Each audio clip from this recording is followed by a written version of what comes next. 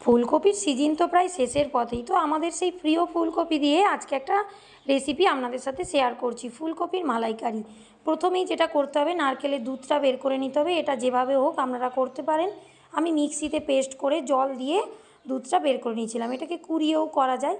তো তারপর এদিকে একটা পেস্ট বানিয়ে নিচ্ছি, 2 চামচ পোস্ত, কাজু, কিশমিশ, আদা, একটু নুন, কাঁচা লঙ্কার অল্প জল দিয়ে একটা মিহি পেস্ট বানিয়ে নিয়েছি। ততক্ষণ এদিকে কড়াইতে সাদা তেল দিয়ে ফুলকপিগুলোকে একটু হলুদ দিয়ে ভেজে তুলে নেব। আর একটু সাদা তেল অ্যাড করে তেজপাতা, শুকনো লঙ্কা, গোটা গরম মশলা ফোড়ন দিয়ে ওই পেস্টটাকে দিয়ে ভালো করে কষিয়ে নেব। মশলা থেকে যখন তেল বেরিয়ে আসবে, টমেটো দিয়ে আর অল্প নুন দিয়ে টমেটোটাকে গলে যাওয়া পর্যন্ত অপেক্ষা করব।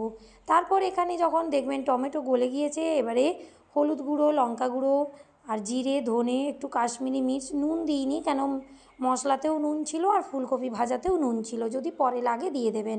আর অল্প চিনি দিয়ে ভালো করে মশলাটা কষিয়ে নারকেলের দুধ দিয়ে ফুটতে বসিয়ে দেবো। এবারে ফুলকপি আর মটরশুঁটিগুলো দিয়ে ভালো করে ফুটে গেলে অল্প চিনি, গরম মশলা আর কাঁচা লঙ্কা দিয়ে পরিবেশন করুন এই দুর্দান্ত স্বাদের ফুলকপির মালাইকারি।